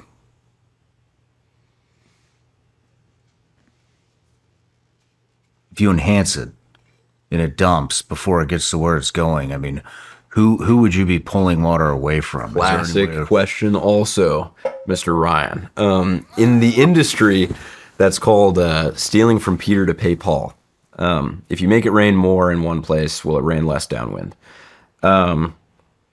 So I mentioned at the beginning of our conversation too, you can think of the water in the sky, the atmospheric rivers, kind of like how you would think about a normal river. The Colorado River, all of its water is allocated already, right? Everybody already draws down from that. It is 100% utilized, which is why by the time it gets to Mexico, there's not much there. There is about 10x more water in the atmosphere over the US that isn't precipitating. So there's 10 times more that we could tap into before we even get into a question of whether it's going to reduce precipitation downwind. That's really important because I want to play a positive sum game, right? There's not scientific publication at this point in time to suggest that there's going to be less precipitation downwind. But I think that as we scale this operation a lot, you're going to see, the movie Chinatown? Yeah. You're going to see people fighting over cloud water rights for sure. I think we're probably like 3 to 5 years away from that. But at some point, people will have to start thinking about, hopefully the federal government, how to distribute that water appropriately. For the time being, it's exclusively positive sum, more water than what would come down otherwise. What other questions should I be asking you? Yeah. Can you prevent flooding, right? Can you make a system precipitate less? You heard about the 2008 Olympic Games in China? Mm-hmm. So they did cloud seeding in the preceding days to precipitate all the water out locally so that you had sunshine during the games itself. They also are seeding some clouds to make the droplet sizes smaller so that they're less likely to rain. That's way harder to prove the effect of because if you see the water change from liquid to ice exclusively in your flight track, then like it's pretty easy to say, okay, that's man-made. That was where you were flying. But if you only see the droplet sizes change, anyway, it's kind of like a hard radar problem. India, China, they're all spending a lot of money on researching how to make it rain less to prevent flooding too. So that's another domain that matters. Where are you starting with your company? Are you starting with, geographically or technologically? Geographically. So we're based in Los Angeles, which I win no points in Tennessee for being based in Los Angeles, or Florida for that matter. Mullet Man Tech Bro does not play very well in the state legislature here. But we operate in Utah with their Department of Natural Resources, Colorado with their Department of Natural Resources. We're about to begin in Idaho and Wyoming, Oregon, California, Texas. We just started this week our first deployment in Latin America. So we're down in Tierra del Fuego, Argentina, and then one country in the Middle East. That's where we are right now. Really, the majority of our business is going to be in the Western United States, the Middle East because it's dry, and then Latin America because it's dry and fairly deregulated. Southern Latin America, that is. So let's talk about Western United States. I mean, what does that look like? Is this experimental still, or? No, we're making water. So the state of Utah, I might be a little bit more conservative than this, but the state of Utah Department of Natural Resources measured that we produced 186,000 acre feet of water in the state this past year. It's about 6% of all the water that's consumed by the state of Utah. And that's all in the form of snowpack that melts and runs off into these cities' watersheds. And so why do they want you to do this? I mean, is it the aquifers or is it farming or? There's no water. It's all of the above. So, yeah, the aquifers are running out. The farms, the states actually pay to the tune of tens of millions of dollars a year. And then at the federal level, hundreds of millions. They pay farmers not to farm. They pay them not to farm because they don't want them to use the water. No kidding. Yeah. So what we've provided as an option for them is a way to make more water so that the farmers can keep farming and you still have enough water. So it's a win-win there. And then in Utah in particular, the Great Salt Lake is depleting every year. And as that body of water gets smaller and smaller, all of the arsenic at the bottom of it gets kicked up.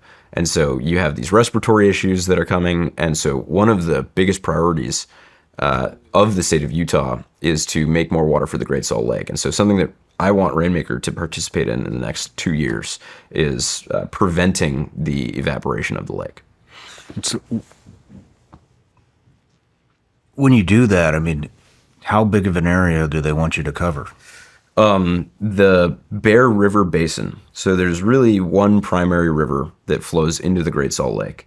And so we're still finalizing this, but we're negotiating an interstate compact between Utah, Wyoming, and Idaho right now to cloud seed with about 30 people distributed over a few thousand square miles as the river flows from Utah into Wyoming, into Idaho, and then back down into the Great Salt Lake in Utah. Do you ever miss the target? No, the target is the whole watershed. So as long as it ends up between these huge mountain ranges, then you're square. So that's not an issue. Right on. Sometimes we crash drones, though. That still happens. How do you see this getting implemented throughout the world as time goes on and more people open up to the idea? I think that so our goal for the operations between October 2025 and April 2026 is to produce 10 billion gallons of water unambiguously just in this one project in northern Utah. If we do that and have all the radar data to back it up, that puts us at parity with the production of the biggest desalination plant in the United States. If we succeed in that mission, then I think we're about 2 years away from becoming the biggest water utility in the Western United States.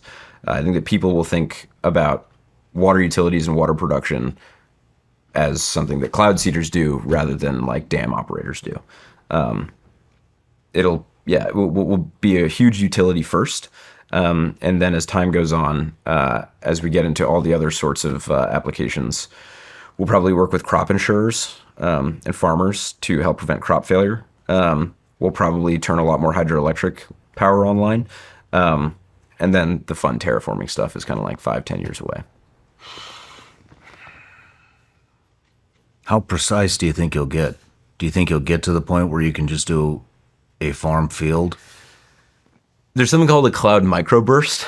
So when you have a ton of convection, and these clouds kind of collapse very suddenly. This happens in nature already. You can make it rain over tens of acres at a time. There are theories about how to do that. I'm mostly focused on getting the current tech to scale, but there's a world where that happens before 2030. How far out does the cloud need to be seeded before it rains? So like I said, it's like 15 to 45 minutes before you get that beginning of precipitation. So if a cloud is moving at 10 miles an hour, maybe you want to seed it 5 miles upwind. That's it. Mm-hmm. Wow.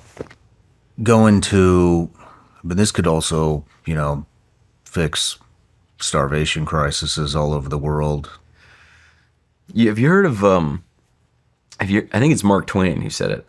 Whiskey's for drinking and water's for fighting over. Sorry, I know we were just talking about sobriety earlier. But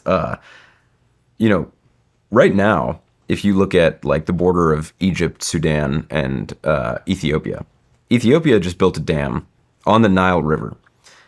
Egypt will collapse if they do not have enough water. They will go to war with Ethiopia over water if they do not get enough from the Nile. The Jordan River, which flows through and supplies water to and gets water from Israel, Palestine, Jordan, Syria, and Lebanon, that's a real hotspot for water rights, right? If there's not enough water there, tensions will rise. China is building dams in Tibet to prevent water from flowing into India. If Eastern India doesn't get enough water and those people are at risk of starvation, India will go to war with China to destroy those dams. Can you prevent someone from building a dam in their own territory? No, maybe you can negotiate that diplomatically. But even if they do build a dam, if you can make it rain more on your side of the border, then you can provide water supply to mitigate the risk of conflict like this breaking out. So I think that for the sake of, one, preventing wars by ensuring that people have access to enough water, and two, feeding people so that you don't have mass famine, like that's absolutely necessary. And something that people don't think about, right, is like, okay, in the US, everybody can more or less go buy like a bag of chips or something at the store. Like, there are people that are hungry. There are not that many people that are starving in the United States. But the less we farm, the more people around the world will starve because our agricultural exports feed hundreds of millions. If we run out of water, yeah, fine. Maybe like folks in Sacramento won't have any issues. But the people that are eating the pistachios or wheat that we produce, they will have real like life-threatening problems. Like water supply, I think the only thing more important than that is probably like oxygen. And then after that, energy, right?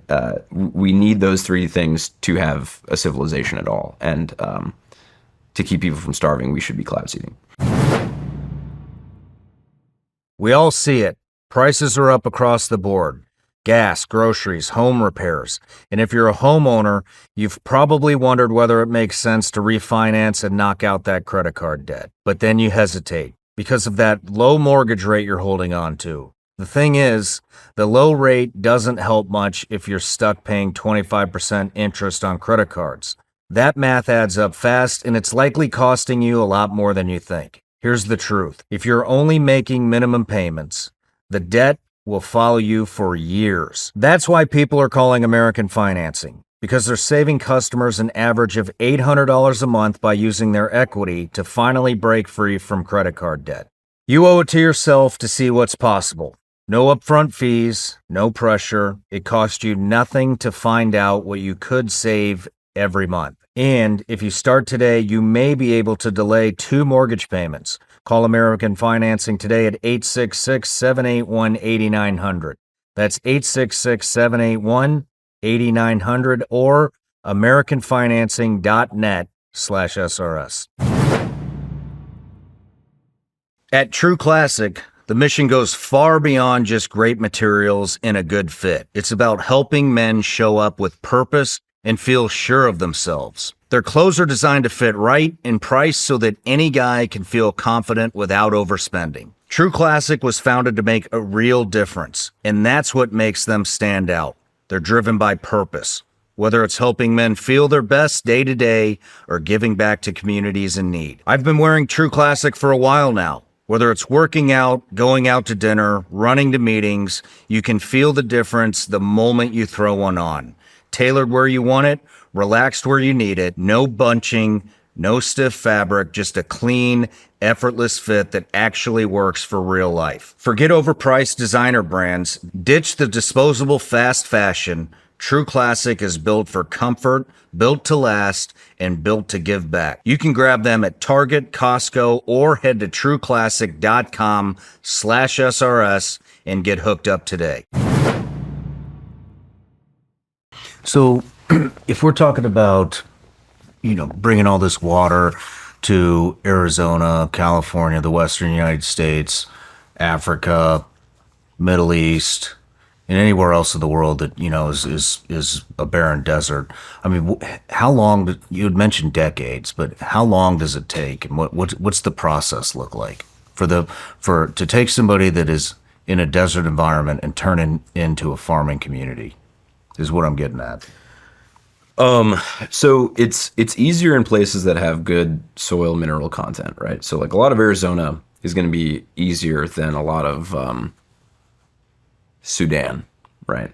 Because they have the Sahara, so that's just wasteland. Arizona, I think that if we don't do any cloud seeding there right now.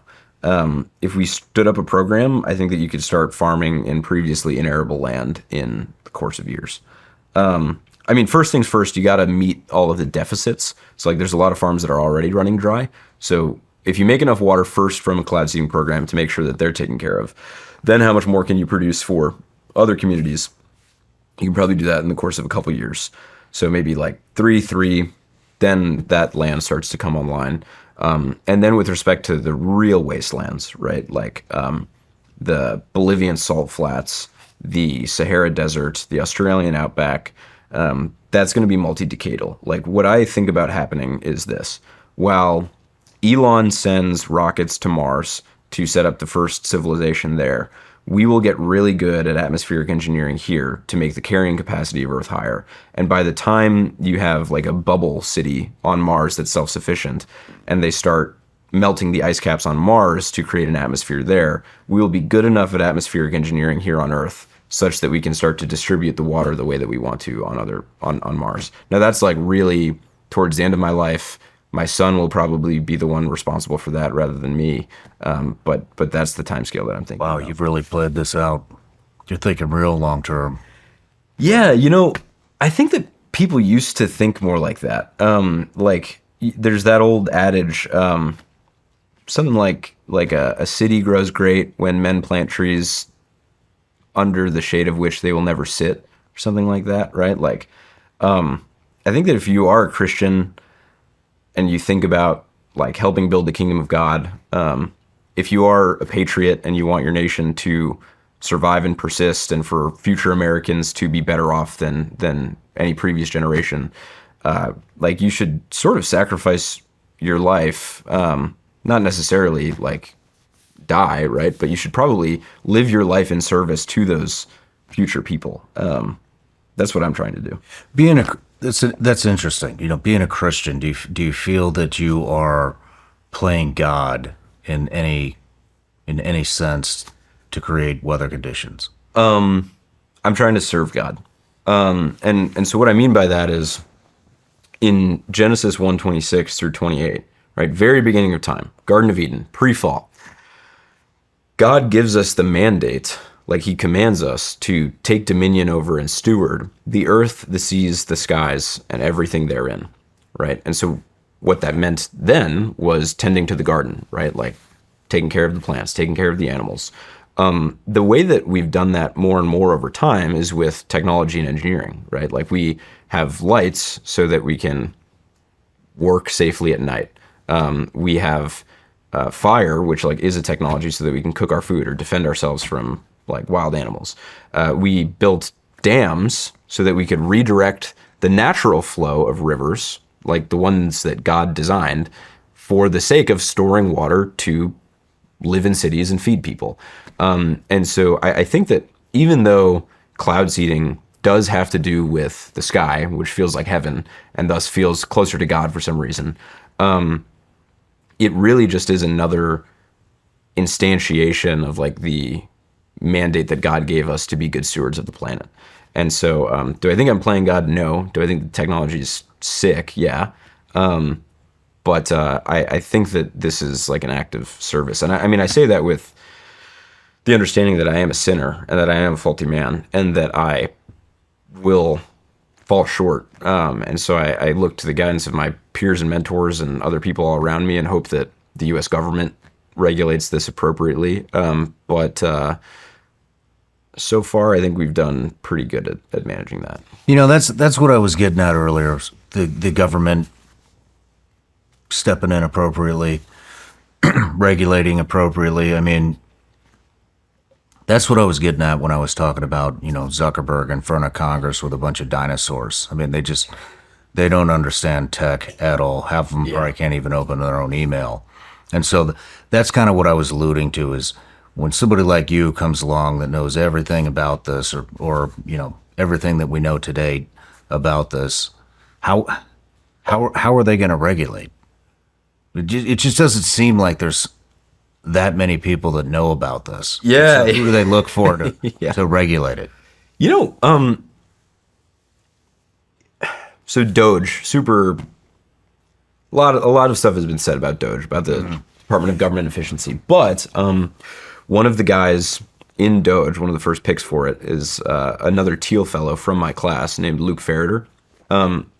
He is like 10 out of 10, brilliant, 140 through 160 IQ or something. Super faithful kid, grew up in Oklahoma, in Nebraska. And like he's the kind of guy that I am happy to see in government. I think that if we have more patriotism, maybe we have to pay like bureaucrats more and set up term limits or something.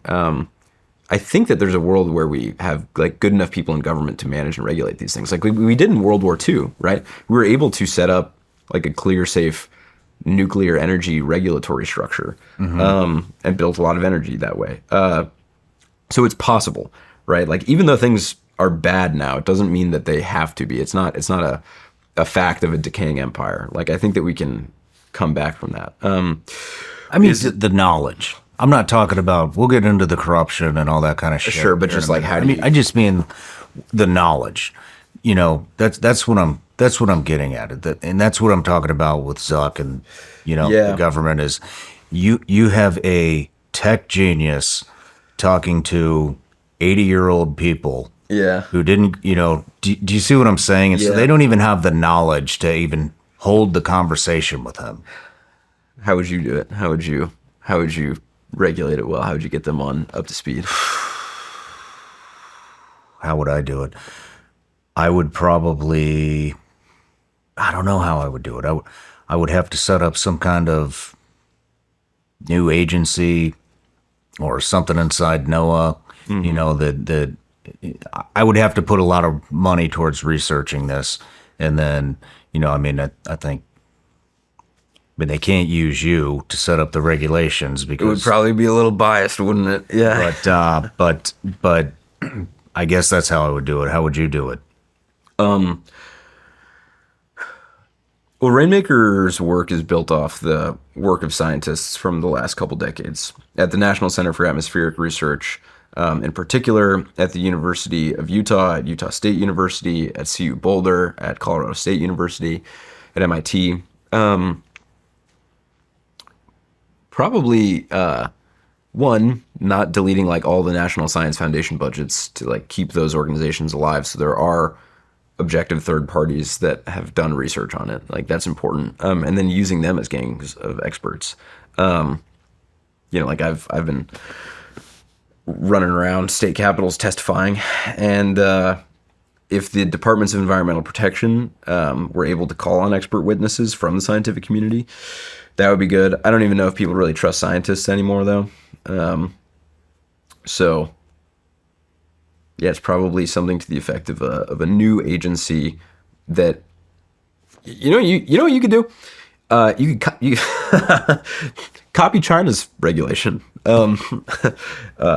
Maybe not exactly that, but at least take some inspiration from them, given that they are benefiting the lives of Chinese people through their program.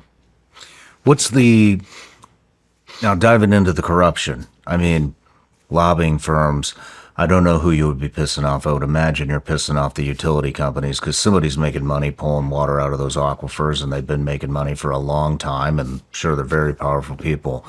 I mean, I would imagine, in generally, my outlook is those people do not have the best interest of the population. They have the most interest in, their estate, their assets, the money they're making. And so are you working against them, do you think? Well,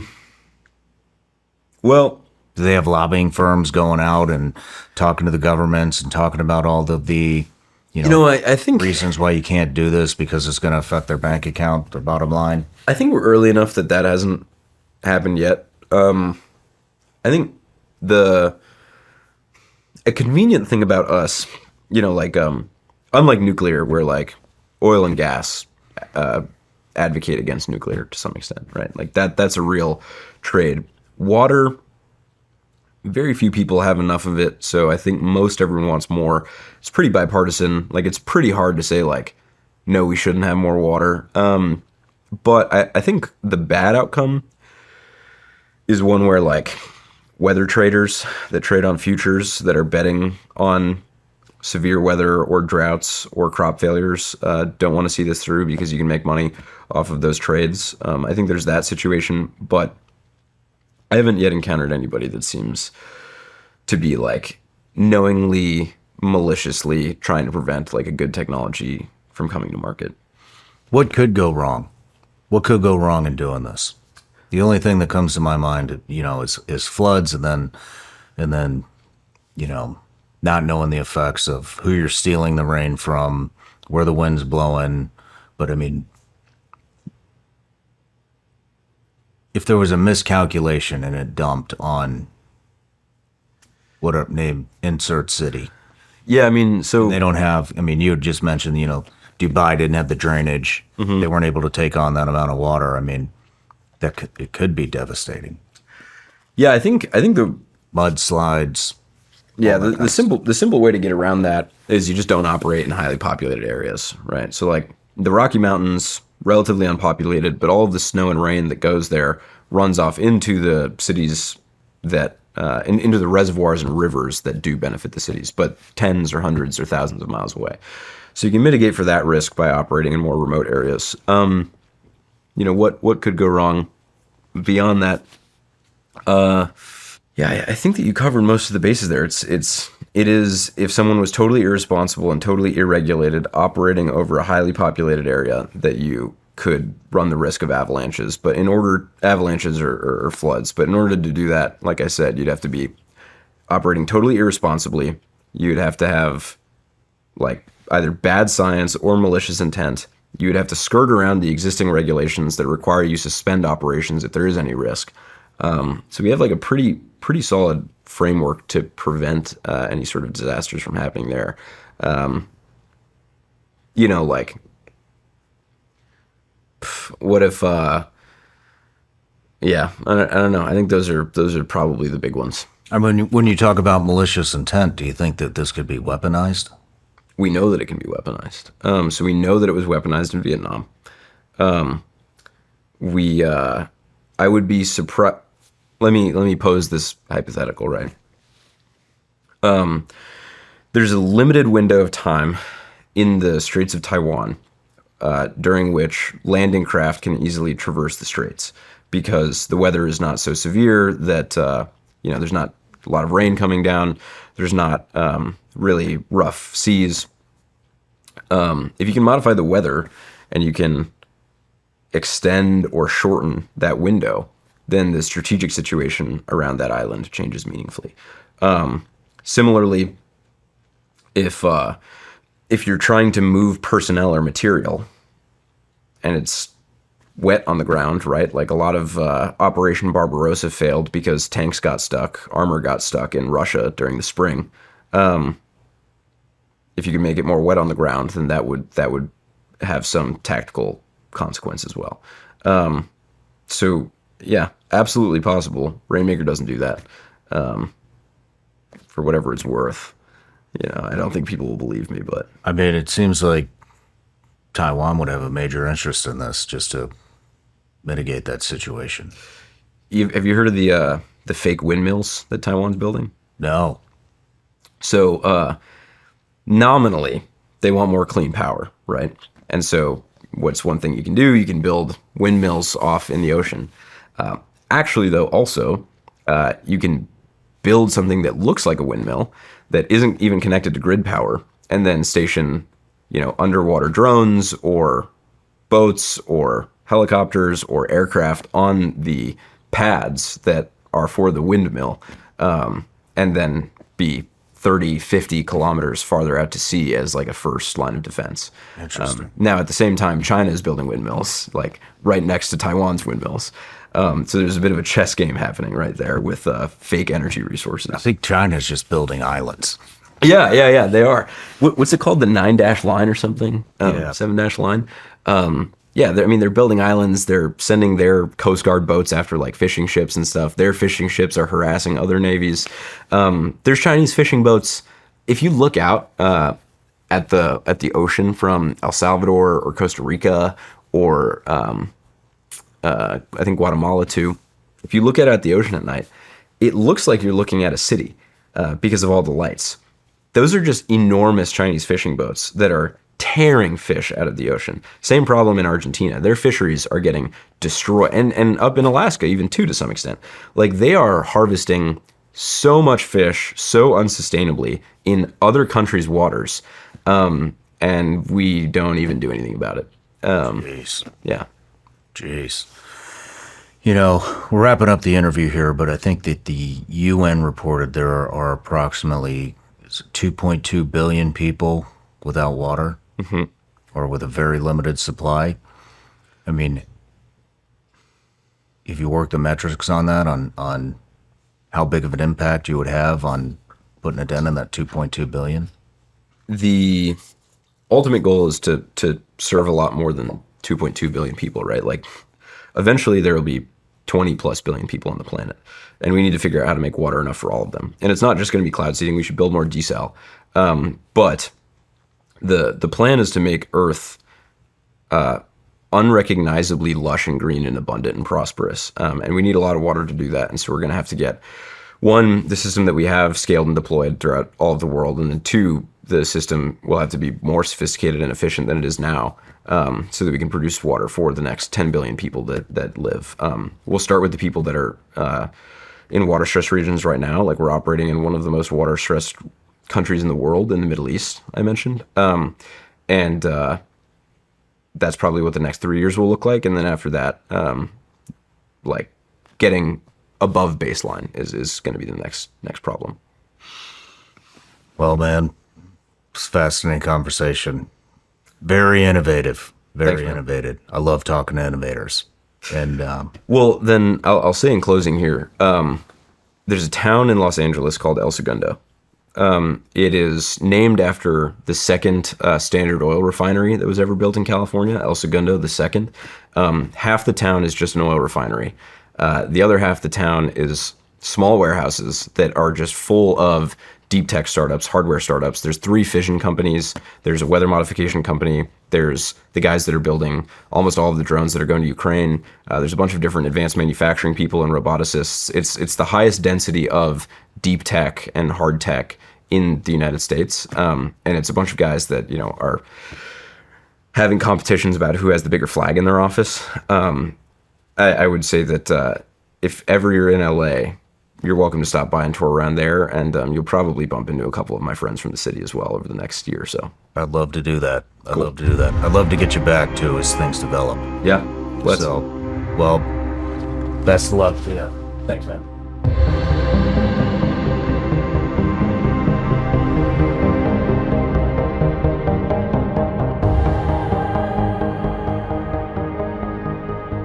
No matter where you're watching Shawn Ryan Show from, if you get anything out of this, please like, comment, subscribe, and most importantly, share this everywhere you possibly can. And if you're feeling extra generous, please leave us a review on Apple and Spotify podcasts.